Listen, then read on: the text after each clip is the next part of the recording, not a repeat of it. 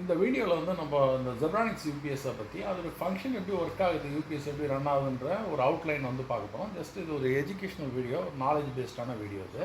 இதில் வந்து 4 relay use பண்ணியிருக்காங்க. 3 ரிலே சுவிட்சிங்காக யூஸ் பண்ணியிருக்காங்க. ஒரு ரிலே வந்து ஏசியோட அவுட்புட்டு தான் வரும்.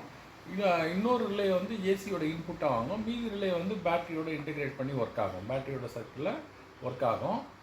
ஸோ இதில் வந்து பார்த்திங்கன்னா மாஸ்பெட் யூஸ் பண்ணியிருக்காங்க. மாஸ்பெட்டோடைய ரோல் என்ன அப்படின்னு கேட்டால் 4 மாஸ்பெட் யூஸ் பண்ணியிருக்காங்க.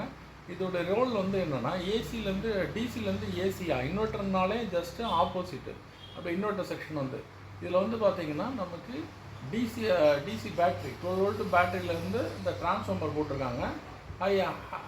இது ஹை ஃப்ரீக்வன்சி டிரான்ஸ்ஃபார்மர். இது வந்து ஃப்ரீக்வன்சி சுவிட்ச் பண்ணி அவுட்புட்டை வந்து இந்த ஒயரில் கொடுக்கும்.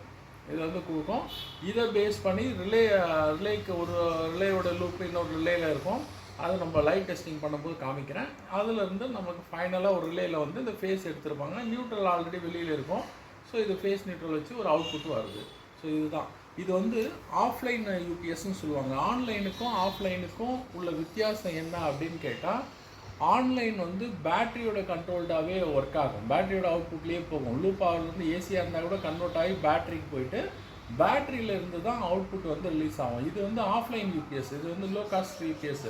ஆஃப்லைன் யூபிஎஸ் ஏசியாக இருந்ததுன்னா அப்படியே டேரெக்டாகவே உள்ளே போயிடும்.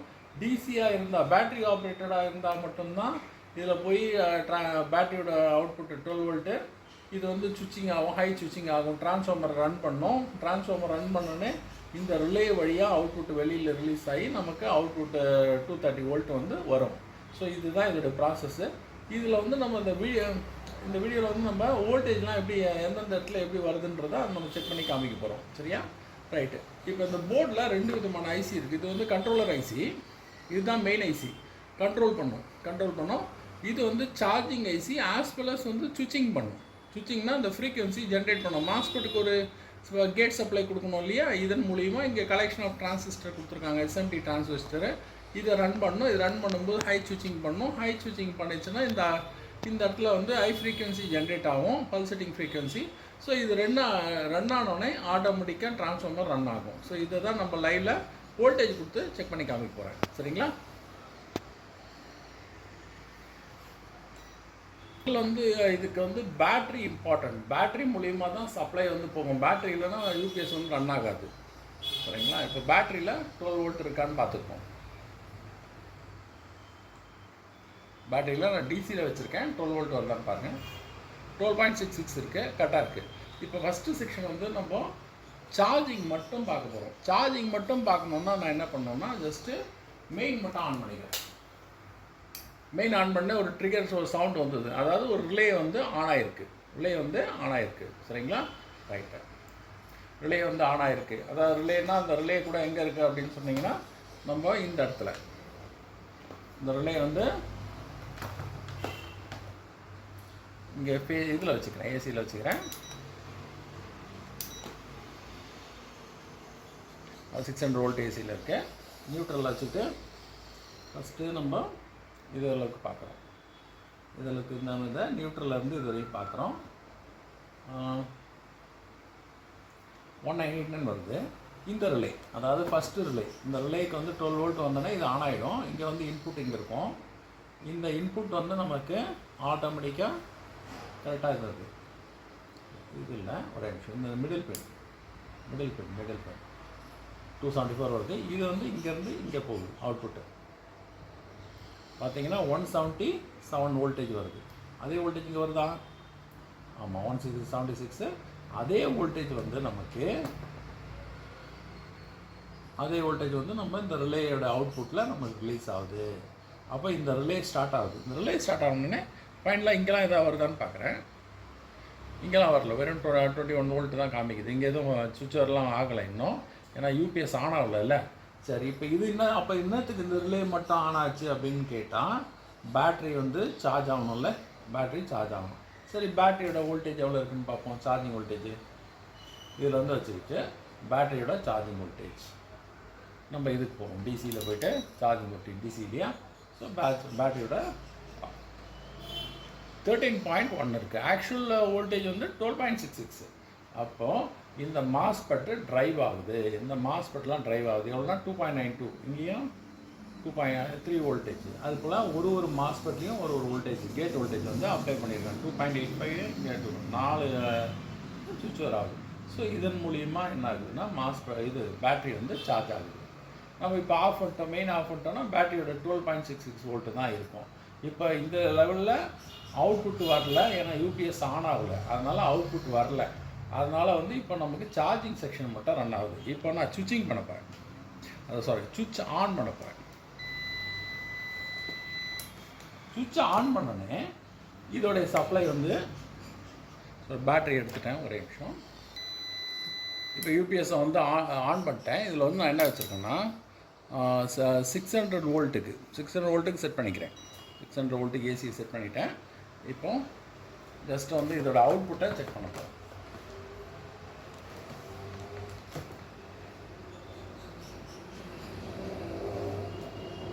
இது பாருங்கள், ரிலே வந்து எப்படி ஸ்டார்ட் ஆகுதுன்னு பாருங்கள். ரிலே வந்து ஃபஸ்ட்டு வந்து நமக்கு இந்த இடத்துல இங்கே அவுட்புட் வந்துருச்சு, 203 வந்திருக்கு. இந்த 203 வந்து இன்னொரு ரிலேயில், அதாவது இன்னொரு ரிலேக்கு போகுது, அப்படியே லூப் ஆகுது.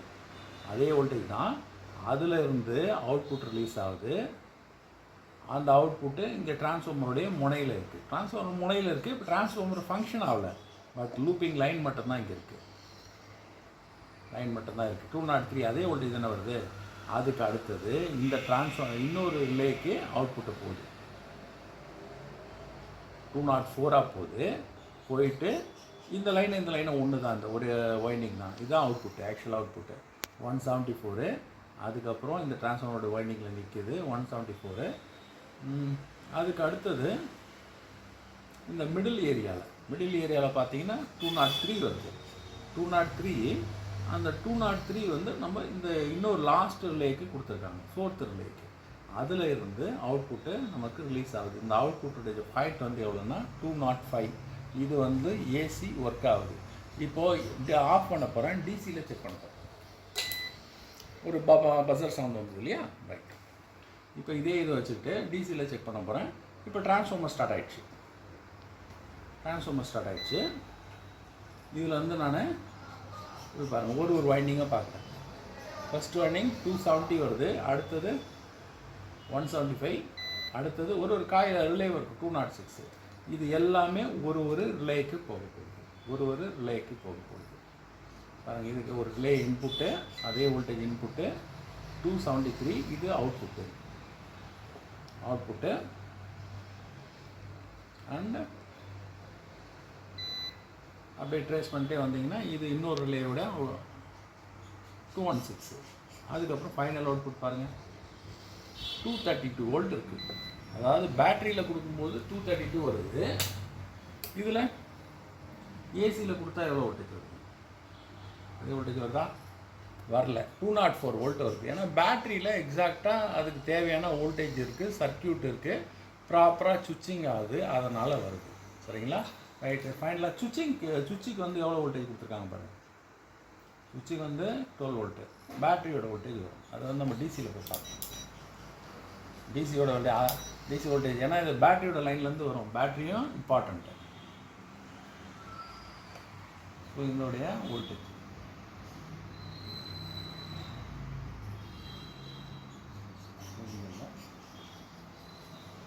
இதில் ஒரே நிமிஷம் இல்லையா, பேட்டரியோட கனெக்ஷனில் பாயிண்ட்லேருந்து நெகட்டிவ்லேருந்து வச்சுருக்கேன். ஒரு டெர்மினலில் வச்சுட்டு இதில் வந்து நமக்கு இன்புட் எவ்வளோ வருது பாருங்கள், 13.15 வருது. ஏன் அப்படின்னு சொன்னால் சார்ஜிங் வோல்டேஜோட, பேட்டரியோட சார்ஜிங் வோல்டேஜோட வருது. இது அவுட்புட்டு 13.1 வருது. நான் இதை சுவிட்ச் ஆஃப் பண்ணிடுறேன். இப்போ இந்த இடத்துல வராது, சரியா, ஏன்னா இது மட்டும்தான் வரும் வோல்டேஜ். ஸோ இது வந்து வராது. ஆன் பண்ணால் தான் இதோடைய வோல்டேஜ் ரன் ஆகும். ஆன் ஆகுது. இப்போ ரிலேவும் ஸ்டார்ட் பண்ணுது, சரியா. இப்போ ரிலே ஸ்டார்ட் பண்ணுற இடம்லாம் இந்த இடம் தான். இந்த ஒரே ஒரு ரெசிஸ்டர், பண்டில் ரெசிஸ்டர் போட்டிருக்காங்க, பேக்கேஜ் ரெசிஸ்டரு. இதுலேருந்து தான் எல்லா அவுட்புட்டும் ரிலீஸ் ஆகும். இந்த அவுட்புட் எல்லாமே அந்தந்த டிரான்சிஸ்டர் போட்டிருக்காங்க, அது மாஸ்பெட் போட்டிருக்காங்க. மாஸ்பெட் மூலிமா இந்த ரிலேயோடைய இன்புட் வந்து கண்ட்ரோல் பண்ணுறாங்க. இதுதான் நார்மலாக வந்து ஒரு ஆஃப்லைன் யூபிஎஸ் உடைய சர்க்யூட் டயக்ராம். சரிங்களா? இன்னொரு வீடியோவில் பார்ப்போம்.